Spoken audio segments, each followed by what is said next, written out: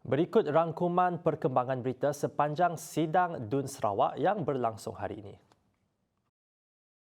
Kementerian Pendidikan, Inovasi dan Pembangunan Bakat Sarawak memfokuskan 4 strategi penting membantu memperkukuhkan bahasa Inggeris menerusi program Dwi Bahasa DLP.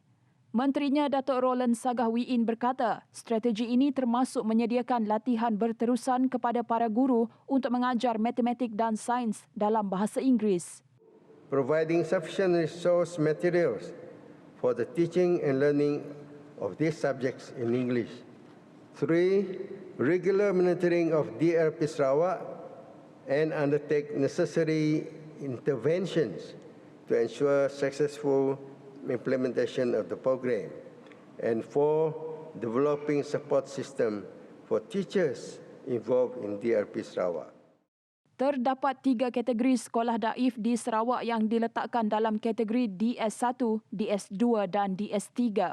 Menteri Pendidikan, Inovasi dan Pembangunan Bakat, Datuk Roland Sagah Wiin memaklumkan DS1 merujuk kepada bangunan kayu yang berusia 30 hingga 40 tahun yang mengalami kerosakan sekitar 25% dan cuma memerlukan baik pulih minima. Sementara DS2 merujuk kepada bangunan kayu yang berusia 40 hingga 50 tahun dan memerlukan baik pulih dan penambahbaikan. Sementara DS3 adalah bangunan kayu berusia 50 tahun ke atas yang mengalami kerosakan teruk sekitar 75%.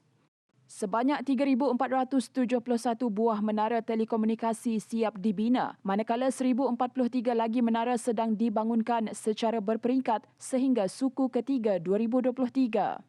Menurut Menteri Utiliti dan Telekomunikasi Datuk Julaihi Narawi, baki 2,486 buah menara baharu akan dibina dalam tempoh tahun 2025 sehingga 2030.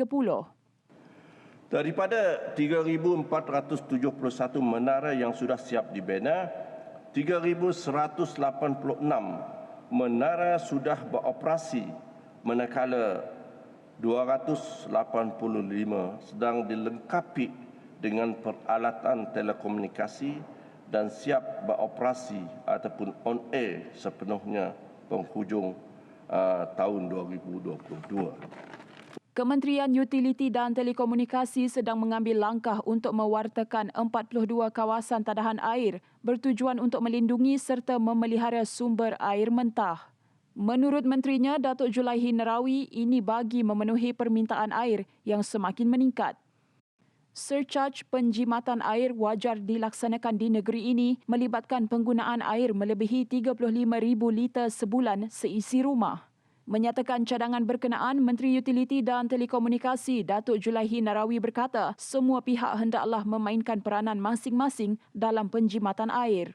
Usaha ini adalah selaras dengan sasaran Strategi Pembangunan Pasca COVID-19 2030 PCDS 2030 untuk mengurangkan penggunaan air kepada 165 liter sehari seorang.